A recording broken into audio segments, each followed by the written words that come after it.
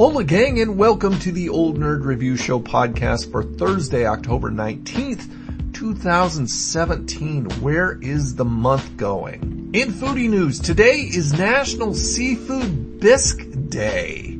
Anything seafood, I will take. Here's a few facts about seafood bisque. Bisque is a smooth, creamy, highly seasoned soup of French origin, classically based on a strained broth of crustaceans. It can be made from lobster, crab, shrimp, or crayfish. Bisque is a method of extracting every bit of flavor from imperfect crustaceans, not good enough to send to market. In an authentic bisque, the shells are ground to a fine paste and added to thicken the soup. Bisque is also sometimes used to refer to cream-based soups that do not contain seafood, in which the sometimes pre-cooked ingredients are pureed or processed in a food processor or a food mill. And if you're not a fan of seafood bisque, no soup for you.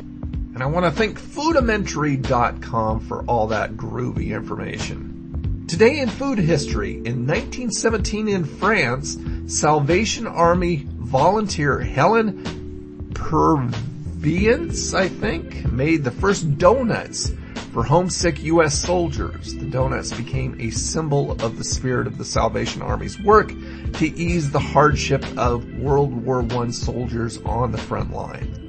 I found a pretty interesting article on the Fox 5 website that a Southern California restaurant is serving Popeye's chicken as their own and charging $13 for it. It says a popular Long Beach, California breakfast spot has found itself in the middle of a fried chicken controversy after a Yelp reviewer attacked the restaurant for using Popeye's chicken and passing it off as their own.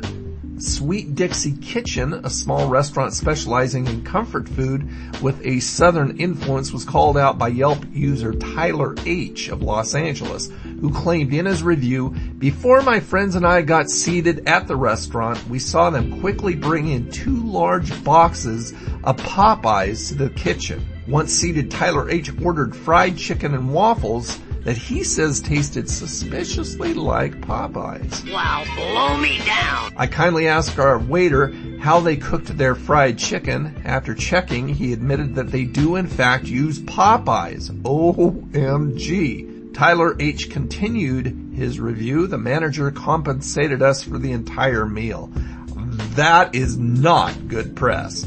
It's a bad thing to get caught doing something like that, but I am actually glad that they fessed up to it. But the question remains, what are they going to do to recover from this?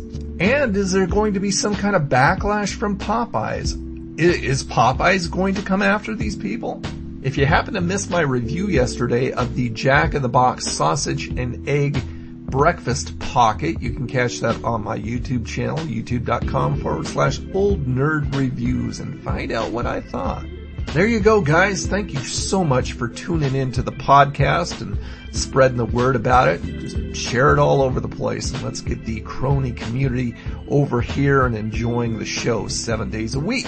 Visit me over at my website, oldnerdreviews.com. Love to have you, and you guys have a freaking awesome day. Talk to you again.